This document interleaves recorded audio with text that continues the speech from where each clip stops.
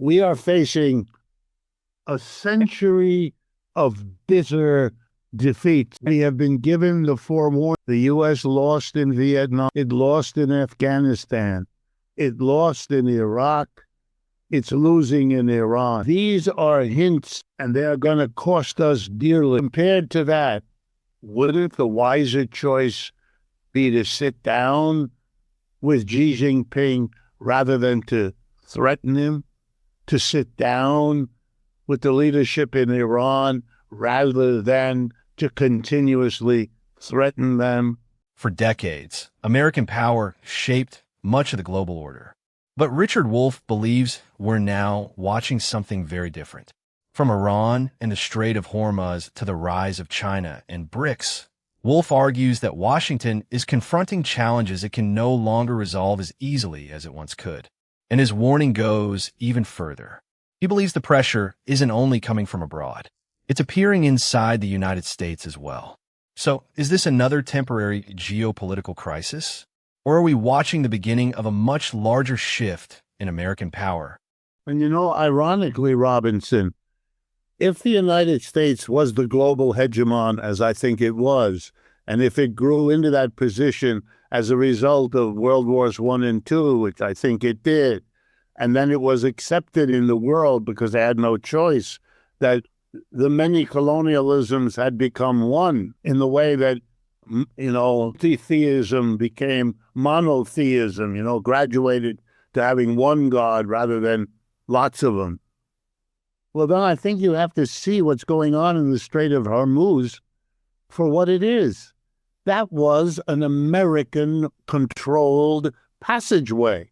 If you listen to Mr. Trump, no one is going to charge fees. No one is going to control. We control. We will make sure. It must be a free It's America losing its position there. That's all that's going on. The Iranians figured out that they can, by having their missiles and drones right on the edge, control the passage. They can take this little piece of water and withdraw it to some extent from the American empire, which was de facto in charge of it before. And the Americans are outraged. But here comes the punchline.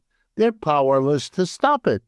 They can't. Even as we're speaking, Mr. Trump has to repeatedly talk about negotiating with another side, which repeatedly explains to the press that no negotiations are going on. That's a sign they're not communicating terribly well, right?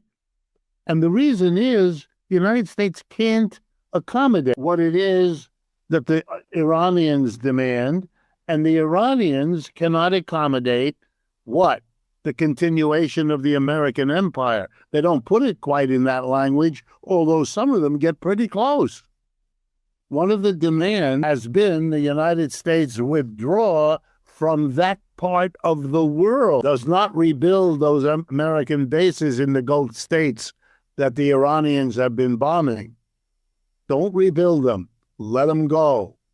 And several of the Gulf states support that position, have already made that clear, because the United States has not functioned as the security blanket that was the idea of those bases, but instead those bases have become targets for the Iranians, the literal opposite of security. They are emblems of their insecurity, which they will continue to be no matter what happens now.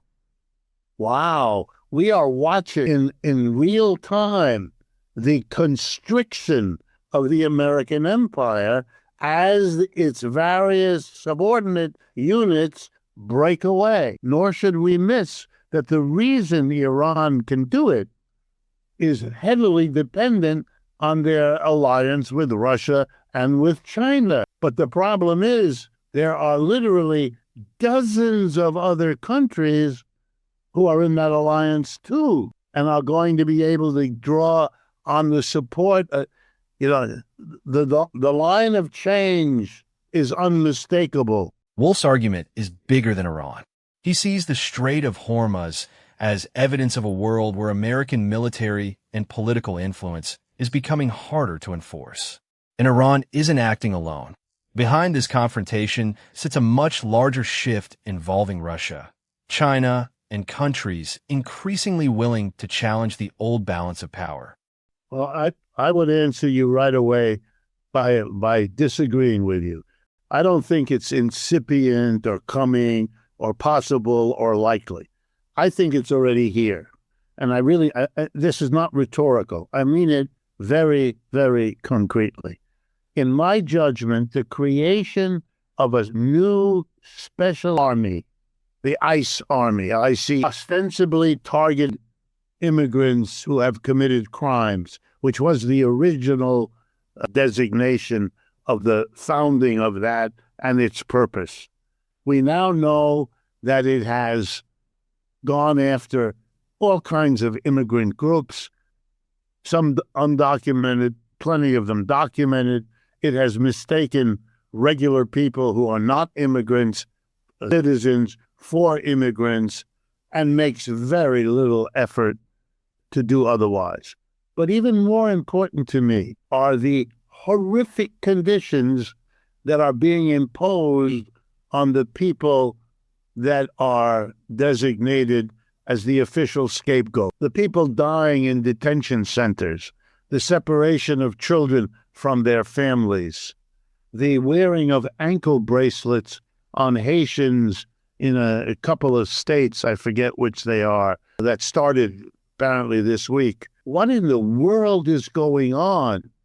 This is not necessary, hasn't been necessary before in American history. We behaved outrageously to the Japanese in World War II, even though we have apologized for having gone way overboard in what was done to them in California during World War II. But it's as though the history doesn't matter. And now, for me, the most important example of all. Over the last 6 months, the United States military, according to Mr. Hegseth, our Secretary of War, and according to President Trump as well, we have executed, killed over 200 people in boats. These are small fishing-type boats in the Caribbean Sea and on the Pacific Ocean coast of Latin America. The explanation given by Hegseth and Trump were that these people are, quote-unquote, drug traders or drug dealers or something like that. To remind everyone, the American military kills the people, sinks the boats by means of rockets or drones or both. These are people who have been convicted of nothing, have not been given a lawyer, cannot confront their accuser, cannot appear before a judge, cannot be adjudicated by a jury. All of that is denied them. They are simply killed. This is Wolff's most controversial argument. His claim is that the pressure created by America's political and economic divisions is no longer theoretical. Whether viewers agree with that conclusion or not, it reveals the second half of his warning. America isn't only facing a changing world abroad, it's facing growing instability at home. The history of the world gives us many examples of the rise, the evolution, and the eventual passing of empires. The Roman, the Greek, the Ottoman, the Persian, and I could go on. And in their decline, these empires always face a choice. And I think that choice is available to the United States today. I do think the United States, is a great empire. It became so in the 20th century as the two world wars extinguished all the old empires and passed them as a kind of inheritance on to the United States. I do think the United States has evolved since then, since 1945, or if you like, since the Great Depression. But I do think it has passed its peak, and it is now in decline. The rise of China, for me, is a very powerful pointer in that direction. The inability to prevail quickly over Iran, both a year ago in June of 2025, and now again is another sign. The rise of the BRICS is another sign. The rise of socialist alternative here inside the United States is yet another. But it therefore, in my view, faces a choice. Same choice as all the other empires faced in their decline. I don't think a decline is avoidable. It hasn't been avoided by every other empire in the history of the world, which makes it unreasonable to accept that the United States would somehow evade or avoid it. So what is the choice? The choice, on the one hand, is to deny it, to live in that denial, to see every sign of your decline, not as a sign of decline, but as a challenge to your authority and power, that you need to use every mechanism available to destroy. I think Mr. Trump, who seems to lack filters of the sort that hold other politicians back, keeps telling us this when he makes remarks like, I'm going to bomb Iran back into the Stone Age, or I'm going to obliterate Iranian civilization. Yes, these are hyperboles, but they also tell you something about how a situation is being viewed. But the choice is there. Iran is only one little country. Its ability to stymie the United States, to bring the United States to the point that in the last 3 days was a headline that we have, I kid you not, run out of missiles or certain classes of missiles. We are facing a century bitter defeat. We have been given the forewarning. The U.S. lost in Vietnam. It lost in Afghanistan. It lost in Iraq. It's losing in Iran. These are hints, and they are going to cost us dearly. Compared to that, wouldn't the wiser choice be to sit down with Xi Jinping rather than to threaten him?